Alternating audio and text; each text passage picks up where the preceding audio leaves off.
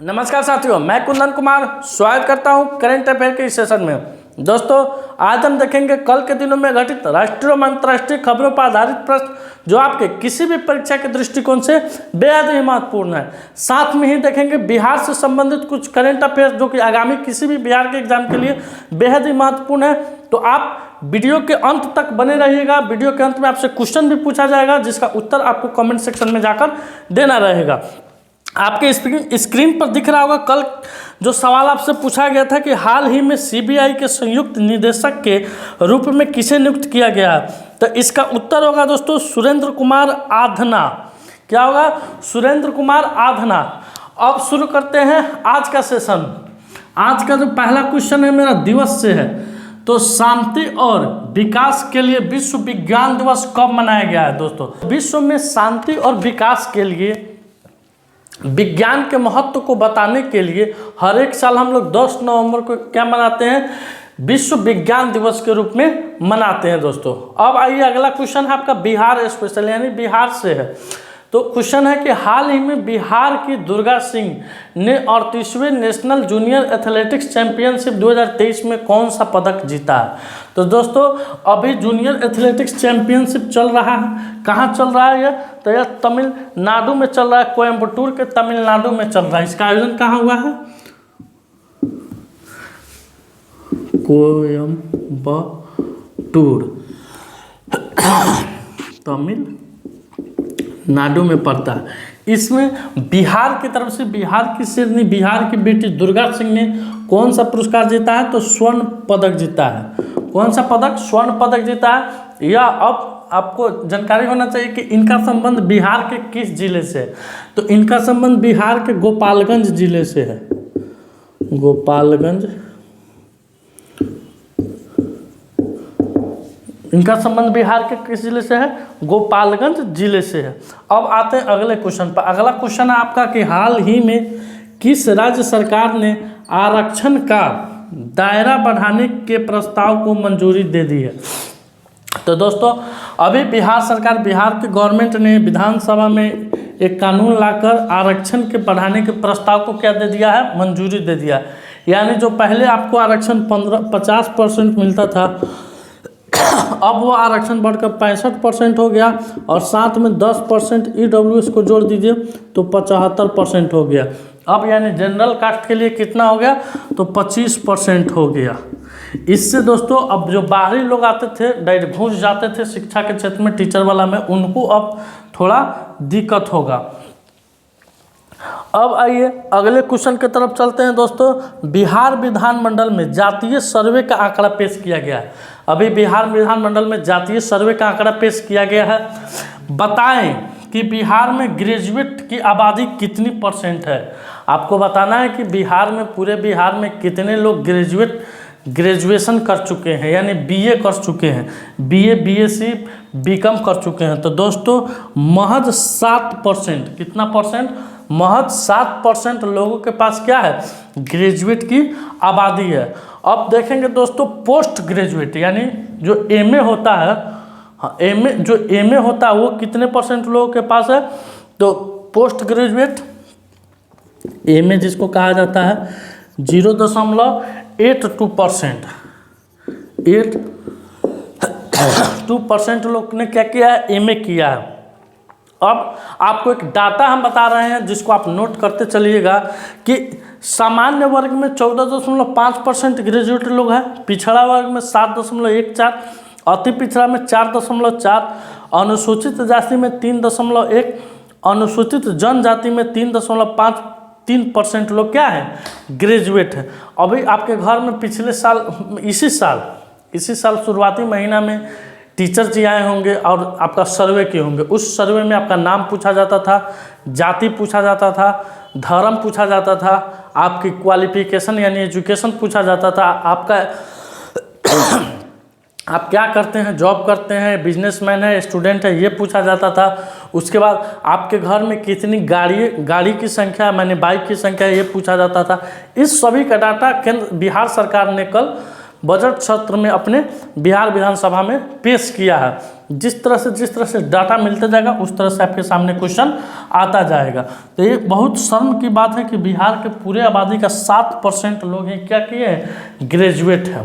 दोस्तों आप इसका स्क्रीनशॉट ले सकते हैं। दोस्तों अगले क्वेश्चन पर चलते हैं। 8 नवंबर 2023 को किनके द्वारा बिहार गौरव दृष्टिपत्र जारी किया गया है जो बिहार के विकास पर केंद्रित है?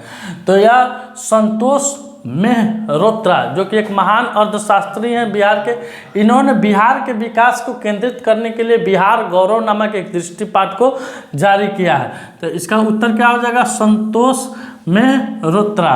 अब आइए अगले क्वेश्चन की तरफ रुख करते हैं। हाल ही में जारी सकल घरेलू उत्पाद जीडीपी रैंकिंग में 10.64% वृद्धि के साथ कौन सा राज्य शीर्ष पर बना है? तो दोस्तों अपना राज्य बिहार क्या है, शीर्ष पर बना है। अब आइए अगले क्वेश्चन पर चलते हैं। क्यूएस एशिया यूनिवर्सिटी रैंकिंग 2024 में क्यूएस एशिया यूनिवर्सिटी रैंकिंग 2024 में शीर्ष स्थान किसे मिला है? तो दोस्तों पेकिंग यूनिवर्सिटी जो कि चाइना की है, चीन की यह यूनिवर्सिटी है, इससे क्या मिला है, फर्स्ट स्थान मिला है। और आपको जानकर बेहद ही दुख कहिए चाहे आश्चर्यजनक कहिए, टॉप 15 में किसमें दोस्तों, टॉप 15 में भारत के मात्र 2 ही यूनिवर्सिटी है। टॉप 15 में भारत की कितनी यूनिवर्सिटी है, 2 ही। एक आईआईटी बॉम्बे है और एक आईआईटी दिल्ली है। आईआईटी बॉम्बे और आईआईटी दिल्ली है। ये जो क्यूसेक एशिया यूनिवर्सिटी का रैंकिंग जारी हुआ है, कितने यूनिवर्सिटियों को मिलाकर इसका रैंकिंग जारी किया गया है दोस्तों?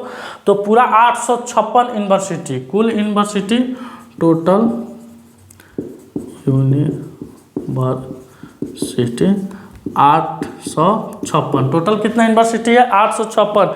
इसमें भारत का, पूरे भारत का कुल कितना यूनिवर्सिटी है, 148 ऑल ओवर इंडिया।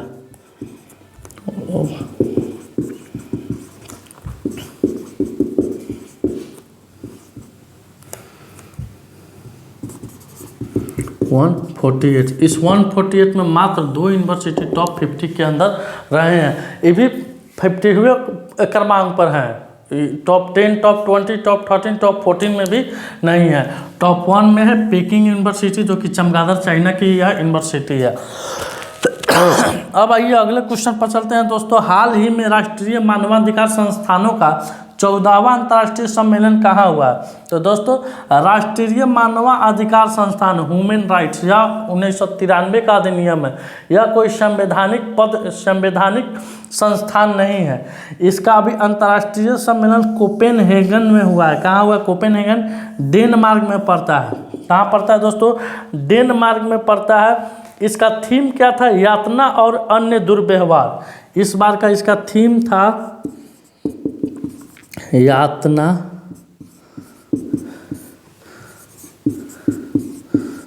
अन्य दुर्व्यवहार।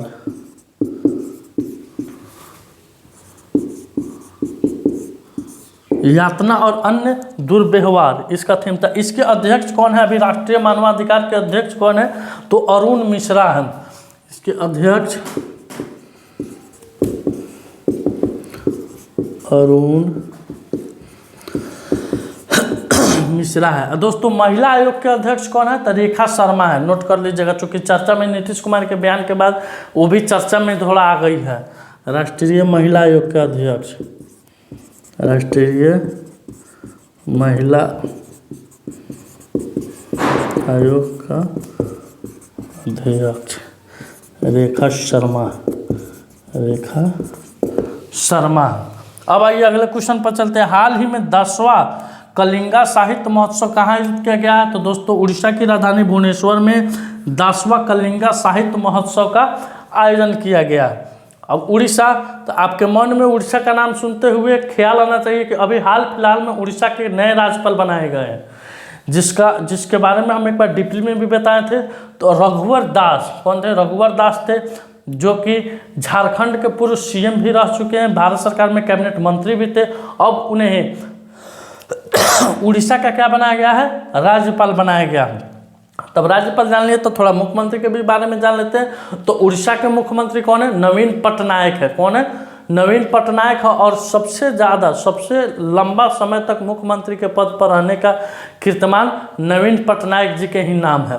अब आइए अगले क्वेश्चन पर। हाल ही में कोंकण रेलवे कॉरपोरेशन लिमिटेड के CMD बने हैं तो संतोष कुमार झा। कौन बने हैं दोस्तों? संतोष कुमार झा। कोंकण रेल परियोजना चल रहा है ना दोस्तों, आपको बेंगलोर में चल रहा है sir. Konkan railway corporation limited के CMD कौन बने हैं? संतोष कुमार झा बने हैं। दोस्तों आप इसका स्क्रीनशॉट ले सकते हैं। और आज का सवाल है कि हाल ही में बिहार की किस महिला को एशियाई विकास अनुसंधान संस्थान का सचिव नियुक्त किया गया है? परवीन मधुकर पवार, सुरेंद्र कुमार अधाना, अस्मिता गुप्ता और इनमें से कोई नहीं। दोस्तों आपको इसका उत्तर कमेंट सेक्शन में जाकर देना है। दोस्तों आज का सेशन मेरा यहीं समाप्त हुआ। अगर यह वीडियो आपको अच्छा लगे तो वीडियो को लाइक कीजिएगा। वीडियो चैनल पर अगर नए आए हैं तो चैनल को सब्सक्राइब कीजिएगा, वीडियो को शेयर कीजिएगा। मिलते हैं आपसे अगले वीडियो में, तब तक के लिए धन्यवाद। भारत माता की जय।